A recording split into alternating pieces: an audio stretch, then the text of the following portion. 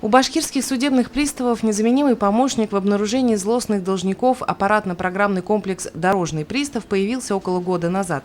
Периодически данный комплекс приходит на помощь и сибайским приставам. Эта система распознавания автомобильных номеров позволяет в течение нескольких секунд устанавливать, что владелец той или иной машины имеет задолженность в соответствии с базой данных службы судебных приставов.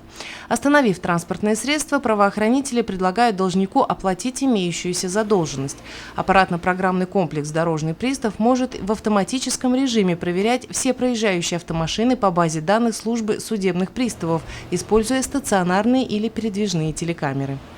Сегодня в городе Сибай проводится очередное рейдовое мероприятие под названием «Дорожный пристав». Совместно с Федеральной службой судебных приставов в рейдовом мероприятии принимает участие налоговая служба и ГИБДД. Система отслеживает номера автомобилей, проезжающих мимо, камеры установлены, и выявляет таким образом должников. Если с помощью комплекса обнаруживается, что владелец машины имеет долги, система подает звуковой сигнал и выводит данные должника на экран монитора. Сотрудники ГИБДД останавливают авто, после чего с владельца на месте взыскивается задолженность, либо ему вручается требование о явке к судебному приставу-исполнителю для оплаты долга.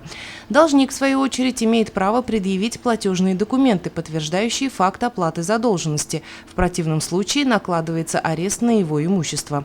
Такая процедура взыскания может быть применена в отношении всех категорий неплательщиков – должников по дорожным штрафам, алиментным обязательствам, по возвратам банковских кредитов, уклоняющихся от налогов и коммунальных платежей и так далее.